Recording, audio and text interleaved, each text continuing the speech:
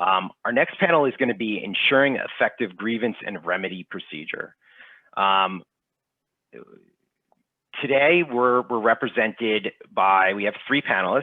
We have our RSPO Board of Governor representing the social NGO sector, Dr. Marcus Colchester of Forest Peoples Program.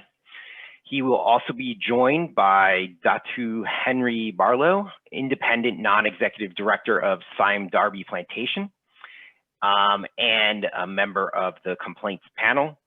And we have Melissa Chin of Pro Forest.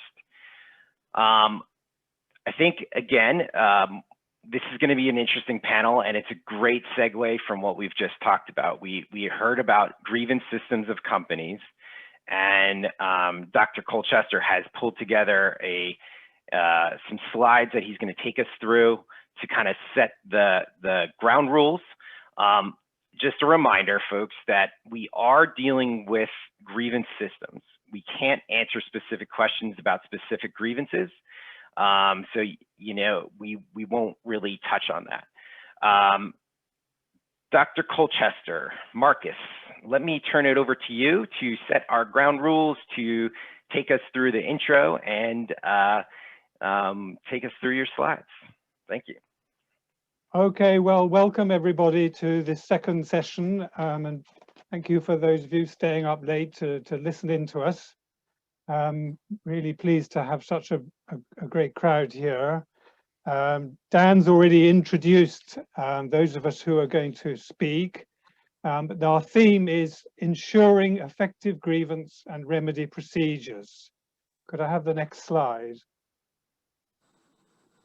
So I will do this short introduction, and then I will give a short summary of the right to remedy in international human rights law and how it fits with our own current procedures and the principles and criteria.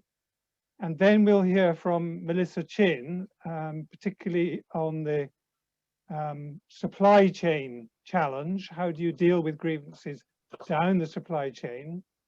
And then we'll hear from Dato Henry on his experience with how the complaints panel is functioning, because he is the joint chair of that.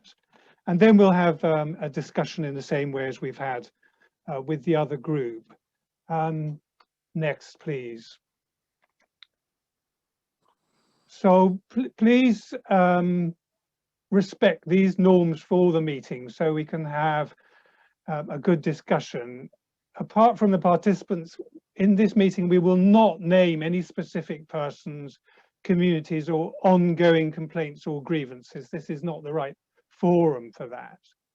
The aim is to share our experiences with non-judicial remedy procedures and to learn how we can improve them. So please respect that so we can have a constructive and open discussion. Thank you very much. And then just to guide you, to make questions, please use the question and answer box, which is at the bottom of your screen, and they'll be sent to the moderator, and Dan will take over so that all 3 of us can be responding to the questions. So thank you very much if you can respect those norms. Okay, next one, please. So I'm just going to present you some framing considerations on what do we mean when we talk about the right to remedy. Next one, please. So actually it's a norm of law that for every harm there is a remedy. That's something people learn when they learn about tort, tort being the French for wrong. And so under international human rights law, it's a norm that violation of a human right gives rise to a right to remedy. And the idea is that that should wipe out all the consequences of that illegal act, that violation, and re-establish the situation which would have existed without the act. If you go through all the human rights laws, you can see this principle of the right to remedy it's everywhere in the law really, and has been there since 1901, but it's also specifically provided for in some of the conventions on workers, on women, on children, on torture, on indigenous peoples, on on the African Charter on peoples and human rights, and so on. So it's a very strong principle of international law. Next one, please. And particularly with respect to indigenous peoples, the focus of the work of our organization, the Forest Peoples Programme, the principle that there should be restitution when lands are taken without free, prior and informed consent is very fundamental. Next one, please. So under international law, the main remedies that are talked about can be listed as 5 main principles. The first one is the principle of restitution. And for RSPO, that really means lands taken without consent. That's what we call land grabbing. Such lands should be returned. Rehabilitation, where there's been destruction of watersheds, for example, those harms should be restored, so people get their clean water back. If there's been damage, there should be compensation, or somehow that damage is made good. For example, if you can't repair the water system, you provide piped water. There should be satisfaction, so the people feel that their grievance has been acknowledged, and that could take the form of a public apology. And there should be guarantees of non-repetition. So that could be a new law in the case of a state, or a policy in the case of a company, a procedure to ensure that such wrongs do not get perpetrated again. And it's important to understand that in international law, the right to remedy is the general right of all legal persons. So that's individuals and peoples. Next, please. Under the UN guiding principles on business and human rights, they have adopted what they call a respect, protect, and remedy framework. And that sets out their whole thinking about how businesses should follow the human rights framework. So whereas states have an obligation to protect and respect human rights and provide remedy for violations and ensure that businesses do too, businesses have a responsibility to respect international human rights and provide remedy for violations. And even this should occur even where national laws don't require the businesses to do this. And the guiding principles have set out special norms for non-judicial remedy procedures, as we can see in the next. Next, please.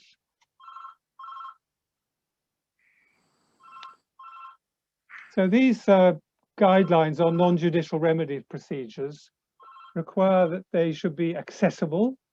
So we mean shared with rights holders, provided in the appropriate languages. People can be protected from reprisals. They should be predictable. So there should be clear procedures, a timeline, consistent decision-making. They should be equitable. That means there should be a way of leveling the playing field. There should be resources for people to file complaints, and the body should be impartial. It should be transparent, so people can see what's going on, both from the complainants and the respondents. So it's all not in a black box. It should be rights compatible. That's to say, it should uphold those human rights. And today we're particularly talking about the right to remedy. And it should be legitimate. That is, it should address the violations and not just try to sweep things under the carpet or just expel members as soon as there's a problem. We want them to help achieve remedy, to achieve a solution to the problems. And in the thinking of the Human Rights Council, they've emphasized subsequently the need to provide mechanisms for learning. So we're monitoring what's going on and we learn from our experiences. You can read more about this in some of our publications noted here. Next, please. So what have we got in the RSPO itself to bring us into alignment with these international norms? Actually, it's pretty good on paper. In our principles and criteria, we specifically require growers and mills to have a dispute resolution mechanism. There must be a mechanism that's mutually agreed for dealing with complaints and grievances coming from the communities, and specifically that land disputes must be settled through free, prior and informed consent-based negotiated settlements. And that's all set out in the principles and criteria. The grievance procedure is there for smallholders and similarly for workers, and there's protection of complainants, whistleblowers, community spokespersons, what we call human rights defenders. So there should be anonymity, no reprisals, no harassment, access to legal service and so on. Next, please. And a very important part of this, and it's in our P&C, is that must be the choice of how you're represented if you're a collective, through your representative institutions or through your trades unions, as we've been hearing in the last session. So that's a critical part of this. People must feel that they're able to engage collectively to get redress. Next, please. Now, where the disputes escalate from the company at local level to the international level, we have a complaints panel, which Dr. Henry will tell us about later. But let's just remind ourselves of what's the purpose of that procedure. It's to deal with complaints, specifically those that arise from the breach of RSPO key documents. So it's not for everything, it's for resolving non-compliance with the RSPO standards. And then it's to ensure that these alleged breaches are resolved in a fair, impartial, and transparent manner. And it's guided by these principles relating to accessibility, efficiency, impartiality, accountability, and independence. Next one, please. So what should we expect from the complaints panel in terms of remedy? And here you can see I've picked out the language. It's quite clear that complainants themselves are asked to state what remedies they are seeking, what corrective actions they hope that the companies will take to respond to their concerns. And then the CP can direct the companies to execute corrective actions within a specified time and so on, assuming, of course, they have found there is a violation as alleged by the complainant. And so then those corrective actions are determined by the complaints panel to remedy the breach that has been identified, including a time frame for implementation of those actions. And very importantly, the respondent should not engage in any form of retaliation, reprisal, violence, threats, or adverse discrimination, so that the complainants don't get attacked for raising issues. The point is to settle the problem, not to cause another one. So just as a final comment from our organization, Forest Peoples Programme, as one that has used the complaints panel, we would say that it is very onerous for communities themselves to use this procedure and is sometimes very slow to reach a result, but sometimes it has been very effective. So in some of those cases, we can say that compensation for damages has been paid. There have been settlements of land disputes through negotiated settlements. Free, prior and informed consent has in some cases been upheld by the panel, and so concession boundaries have been adjusted to exclude those communities who've been saying no to palm for their own reasons. In fact, companies have even been required to hand back land that they have taken without consent. And there have been requirements for guarantees of non-repetition of violations, particularly with respect to criminalization. So we can see that the system can work, although I do think that the panel faces some challenges to really achieve this speedily and effectively, and we can come to that in our panel discussion later. So again, I'd like to thank the other panelists for joining me in this discussion, and we'll now go straight on to Melissa's presentation, who will take us down the supply chain to see what's being done at the other levels of the RSPO. Thank you very much.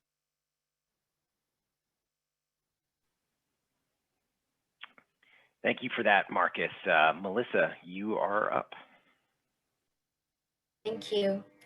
A very good evening, good afternoon, and good morning to all. Thanks, Marcus, for the introduction and also for setting the tone of the panel discussion. So in my 7 minutes, I will be speaking generally about grievance mechanisms for companies, especially for those operating in the downstream. Next slide, please.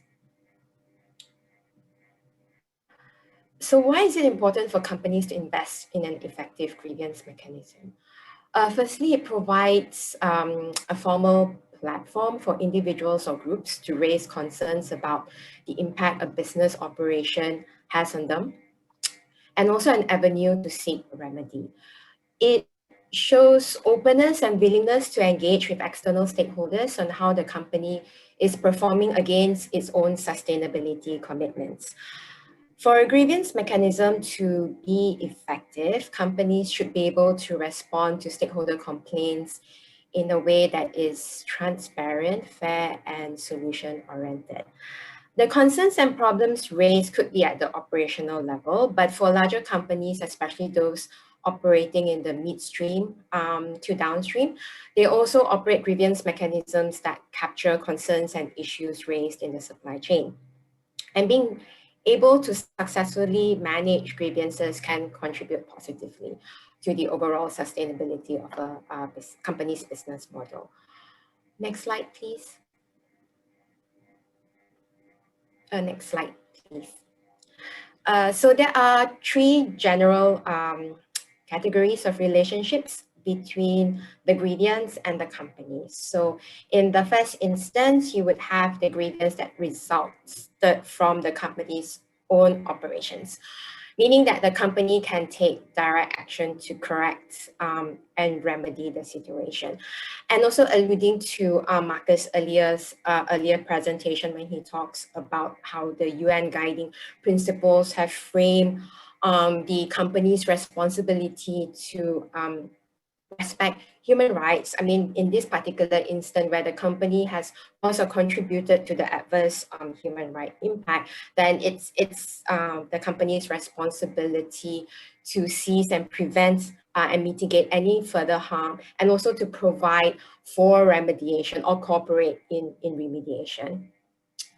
Then the other instance is when the grievance is resulting from operations of a direct supplier, or as we often call it, tier 1 suppliers, in which case the company has a direct business relationship with the grievance holder and therefore has a direct line of communication to investigate and understand the grievance, as well as to set up the expectations for actions in order to resolve that grievance. And as a last resort, companies also have that power to suspend the supplier for inaction or a lack of action in grievance resolution. And finally, we have the grievance resulting from operations of producers or processes that are further upstream, with whom the company has no direct relationship with.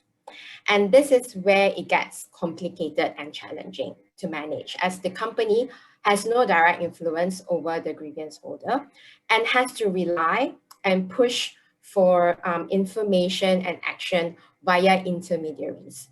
So in terms of information on the nature of grievance, how the grievance holder is responding to the grievance, and also outcomes of any corrective actions or actions to remedy.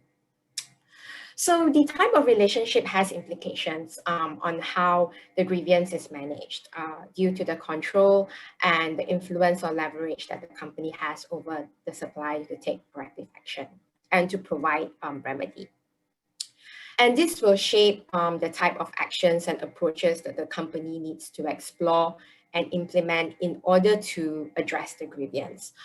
But the UNGPs have made it quite clear that it does not affect the scope of the company's responsibility itself to prevent or mitigate any adverse human rights impacts. So this means that the company still has a responsibility to use its leverage to encourage the supplier that has caused or contributed to this impact to prevent or mitigate its recurrence.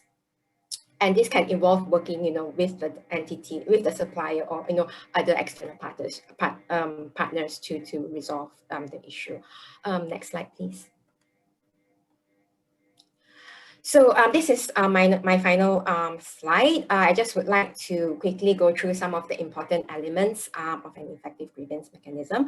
Marcus earlier has already outlined the set of criteria that the UNGPs has established to sort of guide what an effective grievance mechanism should look like. So I'm just basically picking out some key elements that to sort of quickly run through that ProForest has used to work with companies that we support to incorporate and strengthen their own grievance mechanisms. So firstly, it's important for the company to be clear about expectations with the suppliers. I mean, ensure that the suppliers understand the company's responsible sourcing commitments and other sustainability commitments and the expectations to comply with them. So the scope of the grievance mechanism itself should be well communicated to the suppliers so that they are clear on the demand and expectation should a grievance be raised against them. The other thing is a commitment to transparency on the process and outcomes. So all parties know what to expect and what their role is at each stage.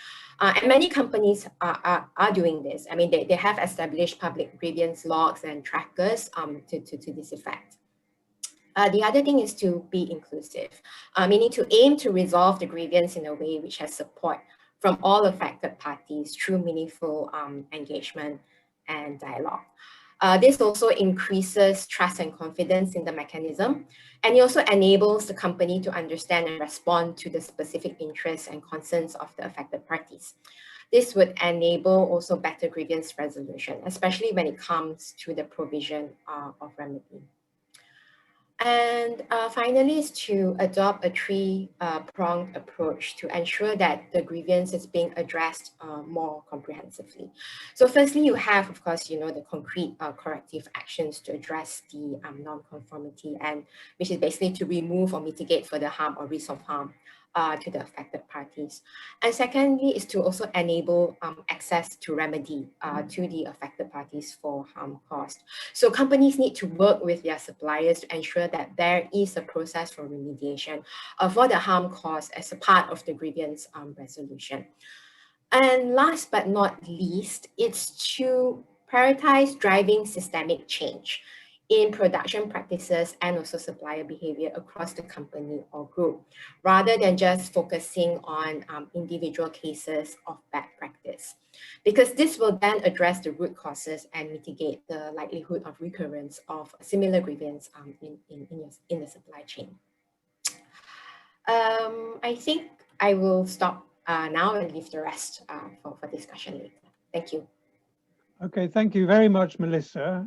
And so now we'll turn directly to Dato Henry, who will present his experience as joint chair of the complaints panel. And Dato Henry, you're muted.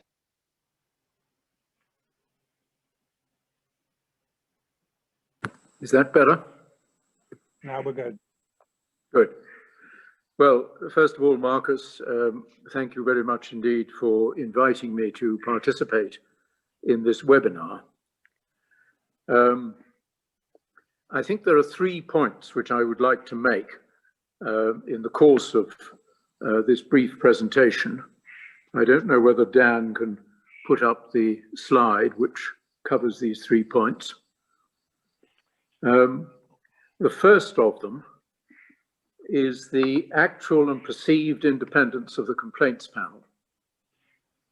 It's important and indeed essential that the complete independence of the complaints panel be preserved. This, I believe, can best be achieved by ensuring that the level of CP independence be confirmed as comparable to that of the independent auditor of a quoted company reporting to the board of directors. the CP must have direct access to update the Board of Governors at all times. Normally this would be 2 to 4 times a year. For administrative matters only, the CP support team must report to the CEO of the RSPO. The CP procedures have developed a bit like Topsy over several years, so that the standard operating procedures in some cases now are far from the up-to-date operations of the panel. And we look forward to working in the near future to bring these up to date, to reflect the actual proven procedures and reinforcing the principle of complete independence, which I've just outlined.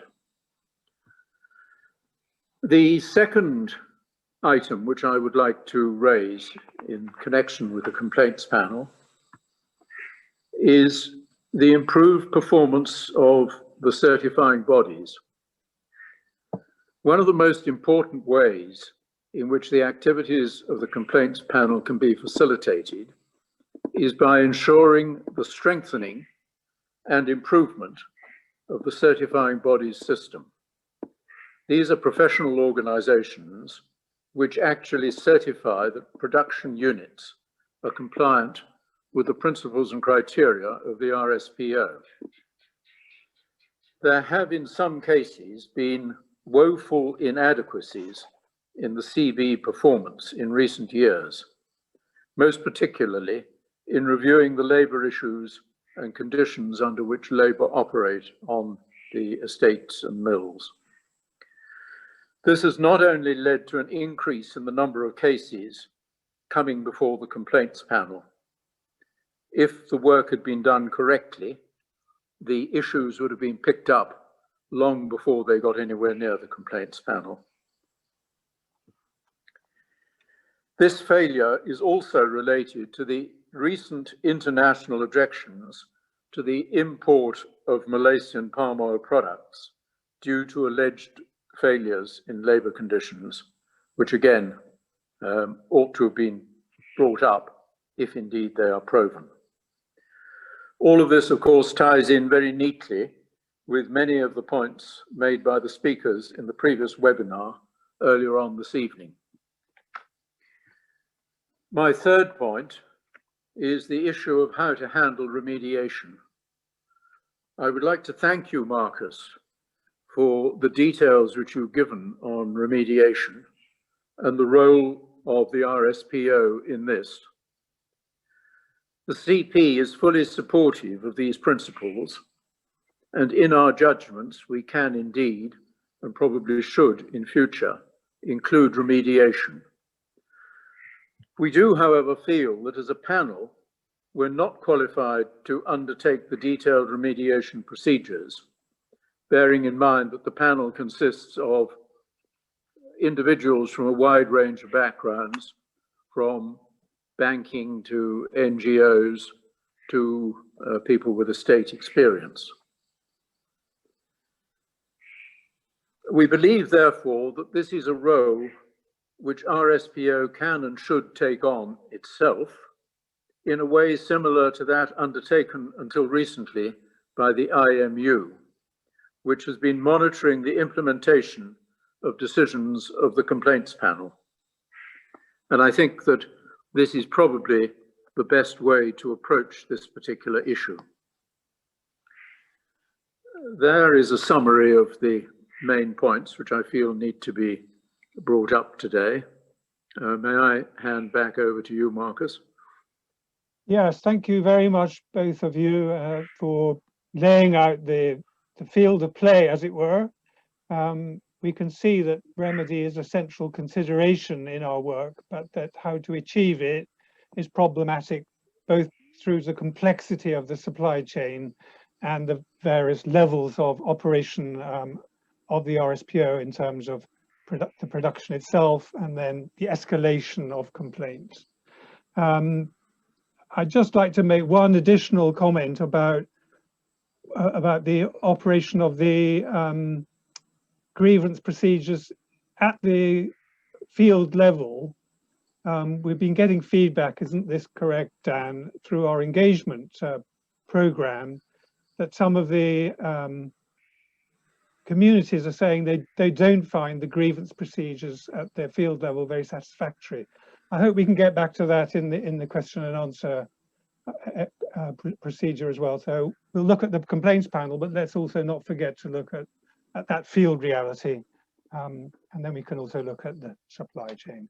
So Dan, I think you're going to take us now through the questions and stimulate us into being informative. Yeah.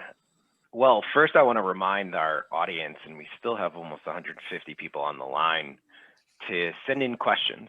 I will do my best to grab them and read them to our panelists. So please type in your questions, send them our way. We do have some questions prepared already. That's a good point. You know, we have an outreach program designed specifically to work with communities to find out and to understand how we can improve our systems to create that kind of circle of feedback. So it's a very good point that we have to continue those types of programs and make sure that we're using best management practices and constructive criticism to improve our processes. Why don't we kind of actually jump off on there a little bit? You know, Marcus, what needs to be done so that the required grievance mechanism of growers are improved to resolve these emerging problems earlier than later? Yeah, I think I'm glad to try and answer that. Dr. Henry has emphasized that it's also a problem of failure of audits, not to pick up concerns earlier. And so that's why so much is getting escalated to the complaints panel. But these things should also be addressed early on through these grievance procedures, which are meant to be operational at the company level. And I think we heard some important points in the previous webinar, just the last hour, about how that hasn't been working well for workers either. And it's not just for local communities. But I think what we can say from looking at some of these procedures is that they have not proven to be sufficiently open and accessible to the complainants, and they have not felt protected enough from reprisal in making submissions because of the vulnerability to harassment. And this is particularly the case with gender-based violence, which unfortunately does occur quite often in some areas. And so the risk of violent reprisal against complainant women is something we really have to give greater attention to. So there must be measures to provide for anonymity. Now, of course, I can say that from some of the other companies, we're not naming them today, but they've got these procedures in place. And so that's probably why we're not getting those cases coming up to the complaints panel. It would be a big reason for less complaints being escalated. Marcus, may I jump in for a moment there? Certainly, but could I just make one additional point that, as Artie said in the last session, I think it's about retraining staff so that they're incentivized to see that solving problems is good for the business and not something they need to shuffle under the carpet. By all means, Henry. This business of dealing with labour problems on the estates, and particularly where women are concerned, suggests that in future, CB teams visiting the estates certainly ought to have a female on the team who is competent to address these sort of problems, because I don't see any woman on an estate going up and complaining to a male member of the CB team. And I think we must be urging that this be implemented as soon as possible. I think that's a really important point, Henry. And I think the question is, also, how do we do this? How do we build capacity and encourage more women in Southeast Asia to become auditors? I think, Melissa, maybe you have a comment on that. Yes, I have a comment on that, but maybe not necessary to the last point you made, but more in general to the points that Marcus Sure. and Dr. Henry has made. So in terms of the grievance mechanism at the operational level, I mean, we talked a lot about how the systems are set up, but it's also the people behind the systems. So like RT mentioned about, retraining to make sure they see the benefits of capturing these problems early. But it's also a retraining or training of being sensitive to be able to process and investigate this kinds of complaints in a way that makes the complainant feel safe. Because in a lot of cases, maybe you have the team at the corporate HQ level that has all these exposure and trainings, but this needs to be transcended on the ground to the various operational units that are actually dealing with this on a day-to-day basis. So what ProForest has found also in the assessments that we have done is that sometimes the staff on the ground do not have this kind of sensitivities or soft skills to be able to, to hear out these complaints, even if, they were to be brought up. Of course, there are gender committees and setups like that in the estates. But even then, are the gender committee members well trained? Do they know what to do if let's say a female worker were to go and raise the issue with them? Are they able to capture it, in an effective way? And also, the other thing about auditors, I mean, through having female auditors in the team, having female auditors with the right background would be helpful. It's definitely a very good thing to have. I mean, we also in ProForest always try to have this diverse setup when we go on the ground. But at the same time, is auditors, you are there for a short period of time. You don't have the avenue and time to build trust. So even if you have a female auditor, it doesn't mean that the worker will be comfortable to raise this sort of issues. So I also would like to kind of look back to a point that was made in the previous session that I thought was very good, is that, companies can also help to facilitate access to other networks where the workers may feel more comfortable, rights organizations, women's organizations. So even if, let's say, the worker will not feel comfortable to channel it to the company, they have other support networks that can help them. Great. That's really important, and I think this is going to be an important work stream for us. And we have a couple questions coming in, and I'm going to try to paraphrase a little bit. And I think I will open this up to all three of you, but Melissa, maybe just want to build on kind of what you were just talking about. How do we get, and Marcus obviously, and Henry, feel free to weigh in as well, but how do we get the worker to be able to raise the grievance if to the complaints panel or to the secretariat? And we're working on some issues, systems like Alula that Alex mentioned in the last panel, but are there best practices that the RSPO can look to in order, if the grievance system isn't working on the plantation level, that it can come up to the secretariat or to the complaints panel? How do we get that worker share of voice, which we touched on in the last panel? Is there anything that you've seen in your experience that the RSPO could look to?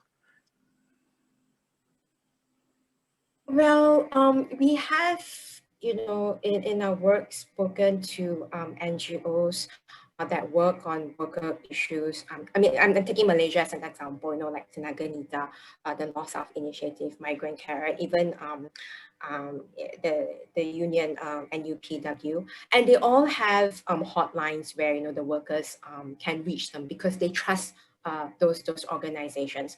The way RSPO is set up at the moment, it is quite cumbersome, it's quite tedious. So unless you actually have that system where it's very easy for them to access, they can just send you an SMS, a message, without filling like some lengthy forms, reading through some a long page of terms where it's in a language that they're probably not familiar with.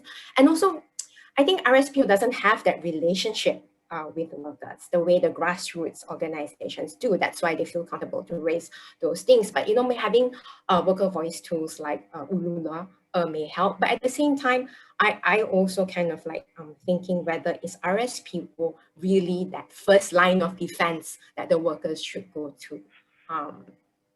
Yeah. Great. Henry or Marcus? I think that we perhaps ought to investigate the possibility of RSPO having some form of a hotline. We'd have to think fairly carefully about this, the way in which it was run. We would obviously have to have the ability within the hotline to answer in 4 or 5 different languages. We're talking about Indonesian / Malay, Bengali, Nepalese, Hindi, and maybe 1 or 2 others, Thai perhaps, and Myanmarese. So it would be a fairly substantial undertaking, which needs to be considered quite a lot more seriously. Yeah, I think that's a great point too. And one of the pilot that we did with Alula, one of the challenges would be how do you staff and scale up that program? And I think that's something that we're exploring internally as well. Marcus, did you want to weigh in on that? And just, is there a best practice you've seen from maybe the mining industry or another organization to help create that channel between the worker and the secretariat or the governing body? Well, I think in terms of the best norms, we could really be well served if we're going to do this review of the CAP procedures, as Dr. Henry suggested, if we really do it rigorously against the advice coming from the UN guiding principles on best practice for non-judicial remedy procedures. So we could look at accessibility being one of them, which is what we're talking about now, but all the other criteria that I set out earlier, and just make sure we've really got a system that is as good as possible, drawing from indeed what we can see in some of the other sectors. However, our own reviews of these other sectors, and I put the click there through to our study on my slides, is that they're not doing that well. And the RSPO system is not doing that badly compared to the others, but still it's not doing as well as it could either. So we need to go through these. It is the case that most complaints have to come through NGOs because the procedures are quite cumbersome, quite onerous. There is the language barrier. There is the question of resourcing. And there's the main question is whether there are NGOs in all these areas. I can mention one complaint without talking about a company where the complaint was about numerous concessions where there was a procedural non-compliance, but we were only able to reach NGOs to help communities in those other areas, in a handful of them, and not the full range of the operations. So we know that the NGO outreach is not strong enough there, which is why we're trying to build that outreach program. So I think there's quite a lot we can do. We are already at the RSPO trialing a hotline for human rights defenders when there are allegations or concerns about violations, harassment, or criminalization of human rights defenders in its wide sense. Then there is a hotline that's manned 24 hours that can be rung, or that they can submit through email and letters and so on. So that we're trying this out, but I think there's a long way to go before we have something good. Thank you for that. Yeah, we do have the Human Rights Defender line, and that I think we released that in September of 2018. So that is available as a resource, and perhaps maybe I should look at my team and we should see about how we can't work help companies socialize that more as well. And perhaps it's also using the community outreach program. So Datu Henry, I would like to ask you a question. At times there's basic procedures set out in the CAP that are not followed. Why do you think that is? Well, as I explained in my earlier presentation, this is because the complaints panel has developed over the last 4 or 5 years, and we have adopted procedures which seem to us as complaints panel to be effective and efficient. We believe that by and large they are effective and efficient, and we have, as it were, outrun the standard operating procedures. And I would certainly hope that once we get down to the revision of the CAP, we will be able to iron out these discrepancies and change the operating procedures as written down so that they match what we have found to be effective and efficient in the implementation of the complaints operation. Great. Thank you for that. Okay, now for those of you on the line that may know me, I was part of the team that helped set up our North American Secretariat in the US. So the downstream is something very close to my heart, sitting here in New York right now. And I want to touch on something that was mentioned earlier about leverage. And so what could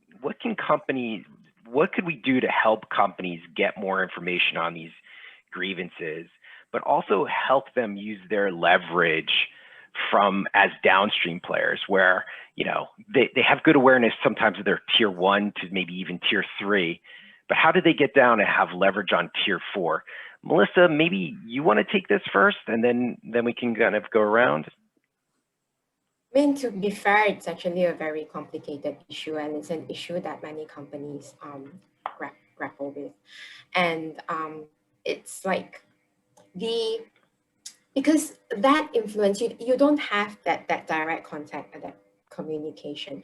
And that means that leverage has to sort of like cascade down through the supply chain. So you have to work with your tier 1, apply pressure on your tier 1, and the tier 1 has to apply pressure on its tier 1, and so on and so forth. So that becomes quite complicated.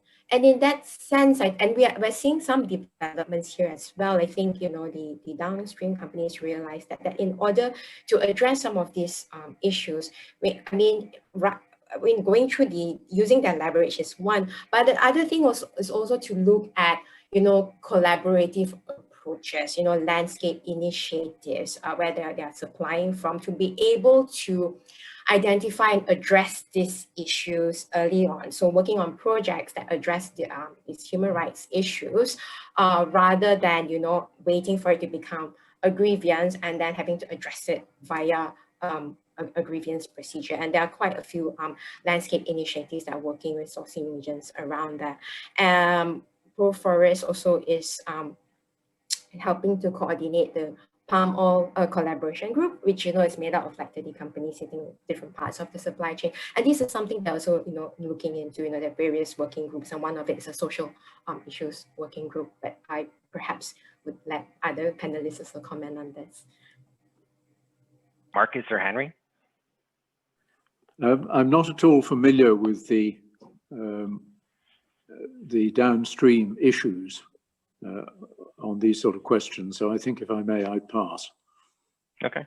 Marcus? So I think we need to be prudent about this. We need to distinguish between the responsibility and the liability. And once we have that clear in our mind, that you're not liable for the violations because you're not directly involved, but you have a responsibility not to source from companies that do have that liability, then of course we're greatly assisted by the fact that some of the bigger downstream operators have now fully traced their supply chain, at least right down to mill level. So they know very well which mills are supplying them, and then when they receive information about violations, they have the choice of do we now try to influence behavior, or do we just have to cut our losses and not take supplies from those mills? Some of the mills are very responsive and some of them are not. And so then they have to make that choice. But I think there is a lot of room for the companies to improve their due diligence, to check the performance of the mills. There's much more information out there than they're presently using, not just coming from NGOs, but there's masses of stuff in the local press, for example, that is not being used. I'd like to to think back on how we improve that key point about the independence and effectiveness of the complaints panel, because I can see we're nearly at the end of our time. That was literally my next question for you, okay. Marcus. How can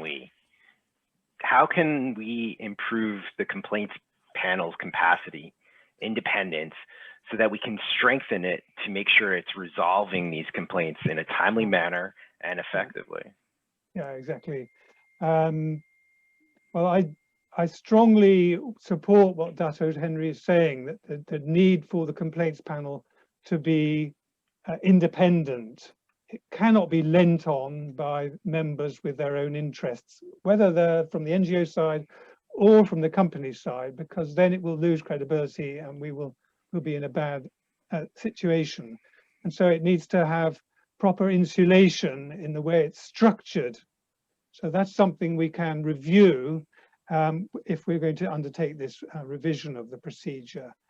I think we should learn from the International Finance Corporation's Compliance Advisor Ombudsman, which has a parallel structure, so that indeed the CAO, as it's called, reports to the very senior level, but it has its own budget, it has its own management system, has its own email system, it has its own offices separate from the IFC, so that it can operate in a very autonomous way, and therefore can be seen to be impartial and not unduly influenced by the IFC staff. Well, not as big as the IFC, but we need to have something similar. So I think what that means is the panel should have a discretionary budget to carry out its own operations, and particularly to be able to commission independent investigations with a capable roster of investigators that can be sent to investigate complaints, because it cannot all be done remotely by what we call email ping pong from our NGO experience with the dedicated secretariat that's there. So we'd like to see those elements really strengthened, so that the panel can be quicker in the way it deals with complaints, and that's good for everybody. We know the companies themselves would also like something that's been able to act quicker. I do have a question of whether you can really have a volunteer panel taking on such a high task, and I wonder if that's something to reconsider, Dato Henry. At the moment, you are all dedicated and honourable volunteers, and I wonder if that overwhelms your capacity. Well, we've considered this before, and we feel that if it was to be a paid post, we wouldn't actually get the committed individuals which now sit on the complaints panel. And that degree of commitment is absolutely essential if we're to be perceived to be fully independent. And any failure to maintain that independence, I think, is likely to greatly reduce the commitment of my colleagues who assist me on the complaints panel. Touching on the other 2 points that you made, I would certainly welcome a representative from the IFC complaints advisor to sit in perhaps towards the end of our deliberations on the revisions of the SOPs and CAP, just to make sure that we are heading in the right direction and benefiting from their undoubtedly greater experience.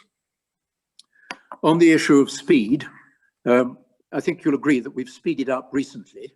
There are still one or two very painful, long outstanding items going back to, I regret to say, 2010. These are highly intractable, but the more recent complaints that have come in, indeed all these complaints, we are between two problems. If we try to resolve the complaint quickly without verifying all the claims and everything that everybody has said, we run the risk of getting the wrong answer. If, however, we are going to get answers from everybody, both sides, on all the points, particularly in the cases of some of the NGOs, it is sometimes extremely difficult to get timely answers from these people. So we have to try and balance the two. And I can assure you that the complaints panel is extremely conscious of the time that it is taking. And we're looking pretty closely at the average time that it is taking us to resolve the problems. Great. Well, we are out of time, but I want to, Melissa, is there anything that you wanted to add to that final point before I close our T series? No, not really. All right. Well, I want to thank our panelists, Marcus, Melissa, and Henry, for this discussion. And I want to thank all of the folks that either stayed up late or woke up early or skipped their lunch hour if they did to join us today. I think this is the type of content that we hope to bring to the RT series. We're going to talk about tough issues. They're not going to always be comfortable for the organization, but I think that's the right type of conversation to foster.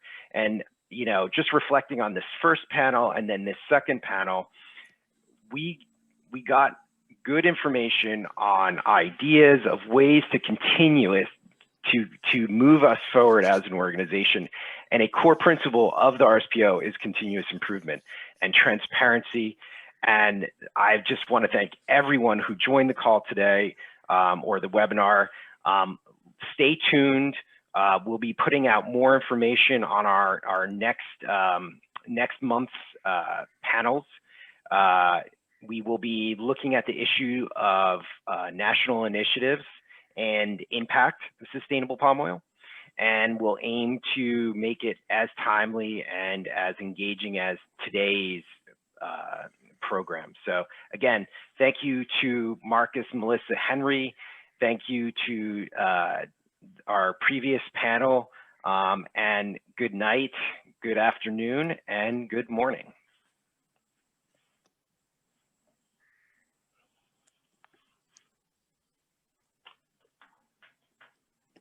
Thank you. Good night. Thank you very Thank you much. all. I think that was good, constructive stuff. Yep. Thank you.